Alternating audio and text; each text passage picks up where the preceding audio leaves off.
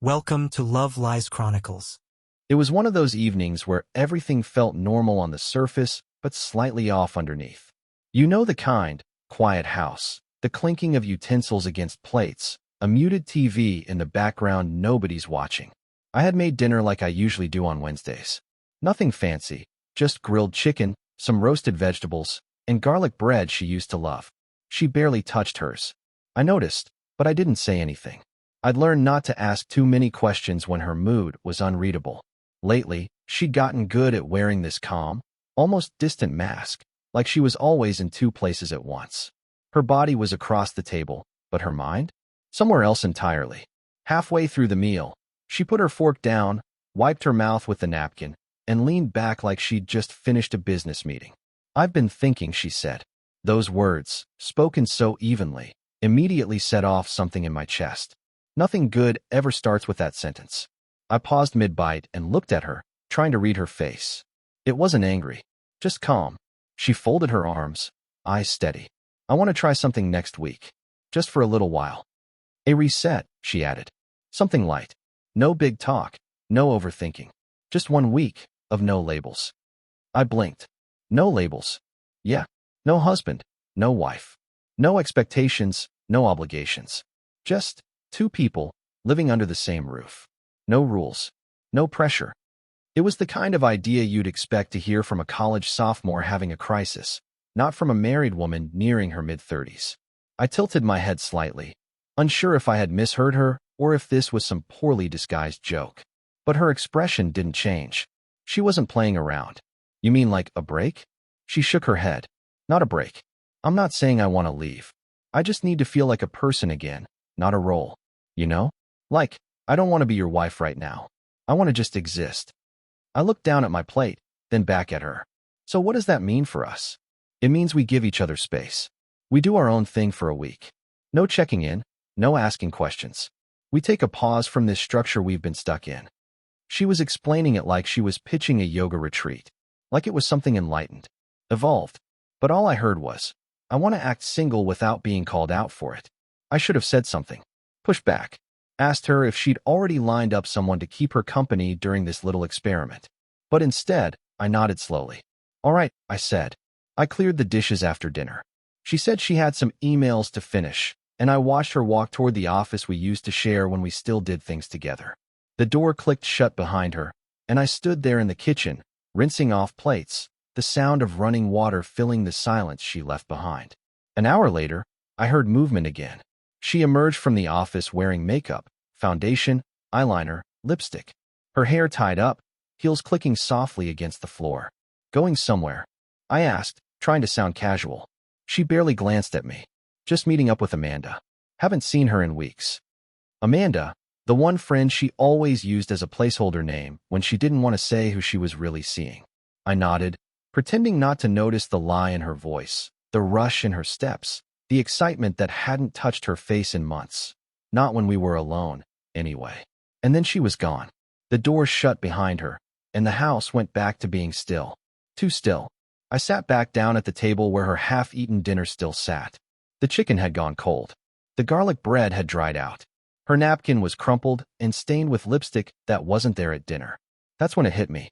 She didn't want space. She wanted permission. A pre-cleared alibi for whatever came next. A buffer zone where she could cross boundaries without it being called betrayal. I leaned back, staring at her untouched food. This wasn't a reset. It was a trial separation with none of the honesty, none of the ownership. She had no intention of working on us. She wanted to play without consequences. And maybe she thought I'd sit around while she did. But the quiet that settled over the house that night, it didn't feel like loneliness. It felt like clarity. Because if she wanted to live without roles, then she'd learn what it really meant to be without a husband. Not just emotionally, but entirely. And I was already making peace with that. The next morning, she was already gone by the time I got up. No note. Just an empty side of the bed and the faint scent of her perfume lingering in the hallway. Her closet door was slightly ajar, one of her nicer jackets missing from the hanger. The expensive one she never wears to run errands. I made coffee like I always do, 2 mugs out of habit. Then I remembered. This week, habits didn't count for much. Her mug stayed full on the counter until it went cold. I left it there. It felt symbolic. Around noon, she texted. Just one line. Out with a few girls from work. Don't wait for me. No smiley face. No love you. Just an informational update, like a manager confirming she was stepping out for lunch. I didn't reply. Instead, I started noticing things I hadn't paid attention to before. Her phone charger wasn't in its usual spot. Half the bathroom counter had been cleared. A couple of pairs of heels that hadn't seen the light of day in months were missing from the shoe rack. It looked like someone staging a soft launch of their new life. And still, I said nothing. Later that afternoon, I went to take out the trash and saw her car parked 2 blocks away. Not in our driveway or in front of the house. Just tucked neatly between 2 unfamiliar sedans like she didn't want it seen. When I stepped back inside, something small inside me broke. I sat on the couch and stared at nothing for a long time. My phone buzzed once or twice. Emails. A calendar reminder. But I didn't check them. I was too busy tracing back all the little signs I had missed. The late nights where she said she was catching up on work, but never brought her laptop home. The sudden interest in her appearance, new skincare routines, gym classes she never mentioned afterward. The shift in her tone when she spoke to me. Less warmth. More polite efficiency. I used to think it was just life. Stress. Burnout. Now I wasn't so sure. She came home just after 8. Same perfume from the night before. Her lipstick slightly smudged. I stayed seated while she walked through the door like nothing had changed. She dropped her purse on the bench, kicked off her shoes, and greeted me with a casual hey. Like we were old roommates sharing a space we barely maintained. How was your day?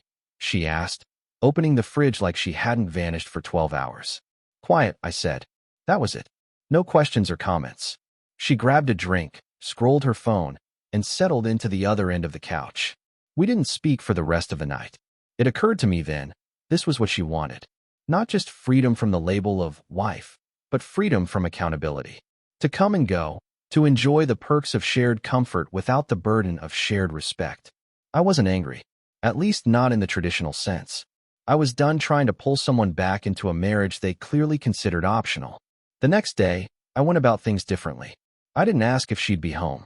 I didn't even leave a light on for her. I took a long drive after work, ended up at a quiet diner across town. Ordered something simple, ate alone, and realized I hadn't felt that relaxed in weeks. When I got back, she wasn't there. The house was still and dark. Her car wasn't in the driveway. I walked in, flicked on a lamp, and sat in silence. It felt peaceful. At some point, I went into the guest room, pulled out a duffel bag, and started folding my clothes, not in haste. Just deliberately. A shirt here, a pair of jeans there. Basics. Enough to live with, nothing more. I didn't want to be around for whatever she thought this no-rules phase was turning into. By Thursday, the pattern was clear. She'd leave early, come back late, and act like nothing was out of the ordinary. She didn't ask where I was when she noticed I wasn't sleeping in our bed. She barely noticed at all. On Friday morning, she walked past the kitchen while I was zipping up my duffel bag. Going somewhere? She asked, more out of curiosity than concern. Just need some space. I replied, echoing her exact phrasing from earlier in the week. She nodded slowly, like that answer made sense to her. I waited for her to say something else, to ask when I'd be back, or if I was okay, but she didn't. She just walked to the bathroom, shut the door, and turned on the shower. And that was all I needed to see. She didn't expect me to leave. She assumed I'd sulk in the background, quietly existing while she tested out her independence. She expected passive acceptance. But I wasn't interested in playing the placeholder role anymore. By the time she stepped out of the shower, I was gone. She came home that evening like she always did. Phone in hand, distracted smile on her face, humming something under her breath that cut off the moment she stepped through the front door. Because I wasn't there. And neither were my shoes. Or my jacket. Or the duffel bag she saw me packing that morning. At first, she didn't react. I know her well enough to picture it. A slight pause near the doorway. A glance at the entry bench, maybe a wrinkle forming on her forehead. But then she'd probably tell herself I was out grabbing dinner, or maybe cooling off. She always believed in the benefit of doubt when it made her life easier. She walked through the living room and into the kitchen. The counters were bare. No notes or signs of life. Just the same cold silence that had filled the house all week. Only now it wasn't attached to someone quietly enduring. This time, it was absence. She must have noticed the toothbrush missing from the holder, the drawers less full, The bed, neatly made, but with the other half undisturbed. A pattern had shifted, and I hadn't left a single thing to explain it. No accusations. Just space. That's when the first text came. "Hey, where are you?" I saw it light up my phone, but I didn't answer. I was already settled in a spare room at my brother's house. Nothing fancy, just a mattress on the floor and a borrowed blanket. But for the first time in weeks, I slept without tension pulling at my chest. The second message came an hour later. "Are you okay?" Still no reply. Because I was okay. I was finally stepping out of a role I never agreed to play. Being available while being dismissed. Around midnight, she tried calling. Once. Then again. Both went unanswered. And I know her well enough to guess what came next. Pacing, maybe a quiet curse, probably some rationalizing to herself. She was wrong. Saturday came, and she woke up alone. Still no sign of me. That's when she started messaging mutual friends. Casual at first. "Have you heard from him?" Then more pointed. "Did he say anything to you?" They didn't know anything. I hadn't told anyone. This wasn't about making a statement. It was about removing myself from an arrangement that no longer resembled a partnership. That afternoon, she posted a picture online. A carefully posed shot of her coffee beside a window, captioned with something vague like "Reset Weekend." Just breathing. The kind of image meant to look peaceful to strangers and unreadable to anyone closer. But underneath it, she looked nervous. Because the game only works when the other player keeps showing up. And I'd quietly stepped off the board. Around dusk, she tried again. "I don't know what's going on. Can we just talk?" Still, I said nothing. I went for a walk instead, my phone left charging on the nightstand. The air was cool, and my thoughts were finally starting to line up in a way that made sense. For the first time in a long time, I wasn't guessing what she meant or what version of herself I'd be dealing with that day. I was just free. Meanwhile, back at the house, I imagined she started unraveling.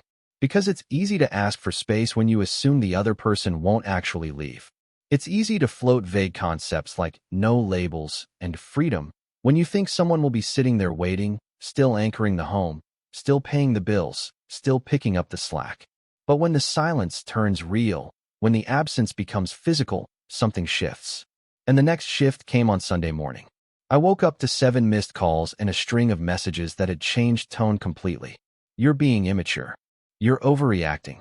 This wasn't supposed to be a punishment. I just wanted to breathe, not be abandoned. There it was. The pivot. When control started to slip, and the narrative had to change. Suddenly, it wasn't about her needing a break. It was about me being unreasonable. Because if I didn't stay in the waiting room, her version of freedom didn't work. I didn't respond. Instead, I checked our bank app. And sure enough, she tried to use the shared card. First at a salon, then at some boutique downtown. But both transactions were declined. Because earlier that weekend, I'd quietly split our finances. Cleanly. Legally. No threats. Just clarity. She wanted to live without titles, so I took my name off the obligations. That afternoon, she texted again. "What is going on? Are you really doing this?" Yes, I was. Not to hurt her, but to free myself from a dynamic I didn't sign up for.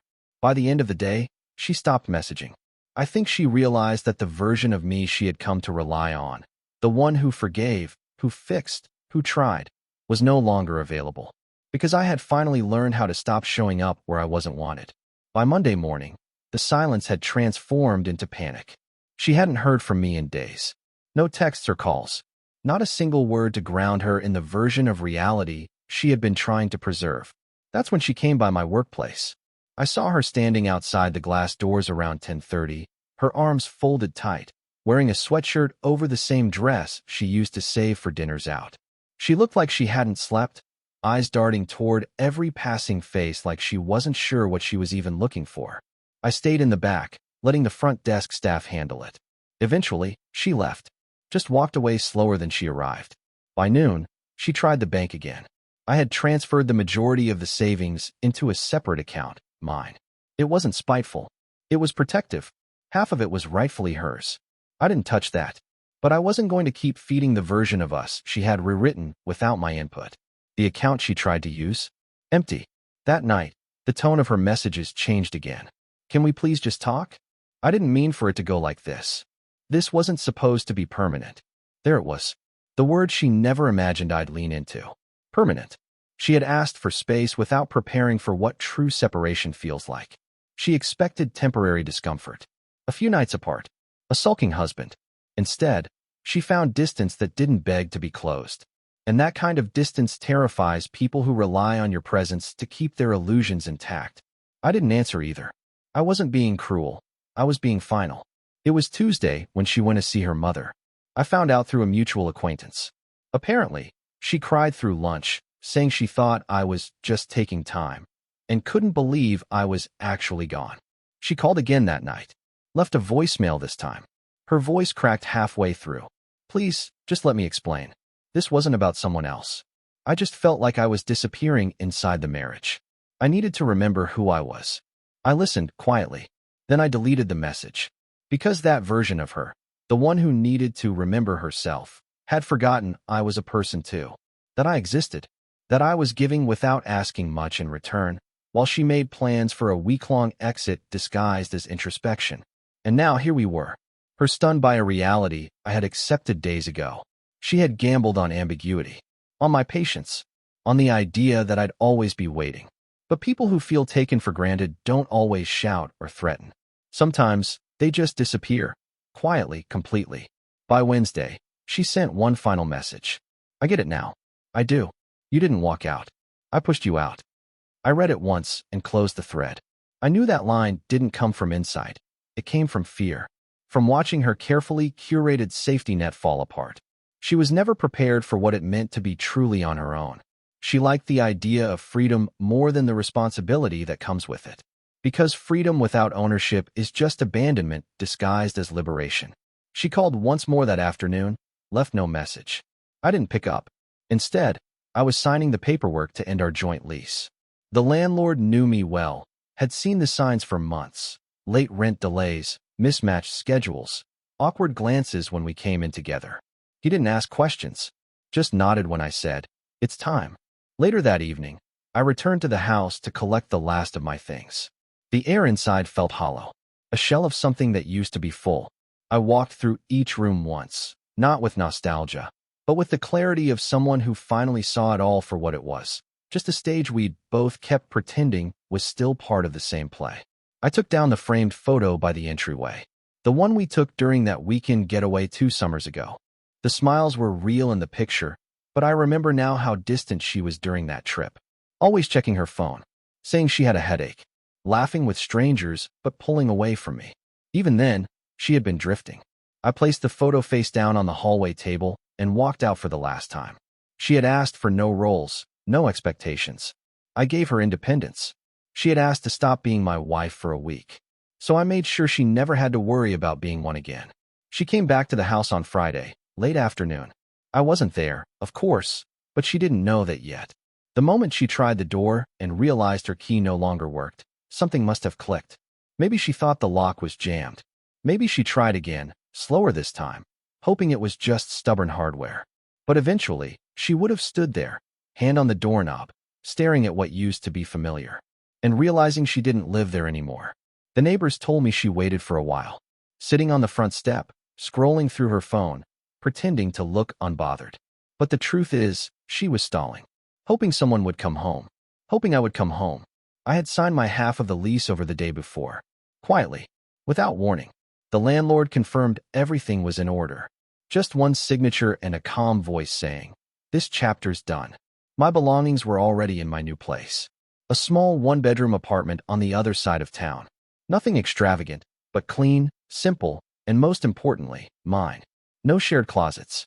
No lipstick-stained glasses left in the sink. That evening, after realizing she wouldn't be getting inside, she sent one more message. "I understand now. You weren't reacting. You were already gone." And she was right. I left because staying had become a performance I couldn't continue. I had already done the math, tallying the ways I'd been minimized, the nights I'd been treated like wallpaper, the effort I'd invested into a version of us she'd already mentally exited from. So no, I wasn't waiting anymore. I wasn't explaining myself to a woman who asked for space like it was therapy, but used it like a permission slip.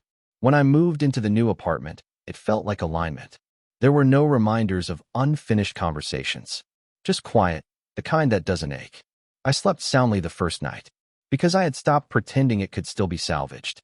That weekend, a mutual friend reached out. "She's really struggling," they said. "She didn't think you'd go through with it." I didn't respond, because any response would have been interpreted as hope. And hope is dangerous when it becomes a leash. A few days later, she emailed me. Not to beg, just to share something she called a final thought. She wrote, "I confused freedom with permission. I thought you'd always be there. You always had been. So I assumed even silence would come with safety. I was wrong. And I see that now." She ended it with, "I didn't lose you over 1 week. I lost you because I forgot that you had needs too. And by the time I remembered, you'd already learned how to live without me." I read it once. Didn't reply. She had finally said something that didn't demand an answer. Just acknowledgement. It was just the truth. And truth, when it arrives late, often brings clarity, not reconciliation. I went for a walk that evening, past a small bookstore that had just reopened. Stepped inside, browsed for an hour without thinking about anyone else's schedule. Picked up a book on solitude and bought it, not out of irony, but because it felt earned. Later that night, I sat on my new couch. No noise or tension, just a simple dinner and a silence that didn't feel like punishment. And that's when I finally understood the full cost of being treated like a backup plan. You stop trying to fix things. You stop asking to be understood. You stop waiting for the person you love to love you properly. And when the waiting ends, so does the marriage. Not in fire, just in stillness. That's the part nobody warns you about. That love doesn't always end with shouting or tears. Sometimes, it just dissolves quietly, the way fog disappears under sunlight. So when people ask me now what happened, why I left, how it ended, I just say, she wanted a week with no labels, no rules. And I gave her exactly that. Only permanently. Dear listeners, please share your thoughts in the comments, and do not forget to like, share, and subscribe to the channel.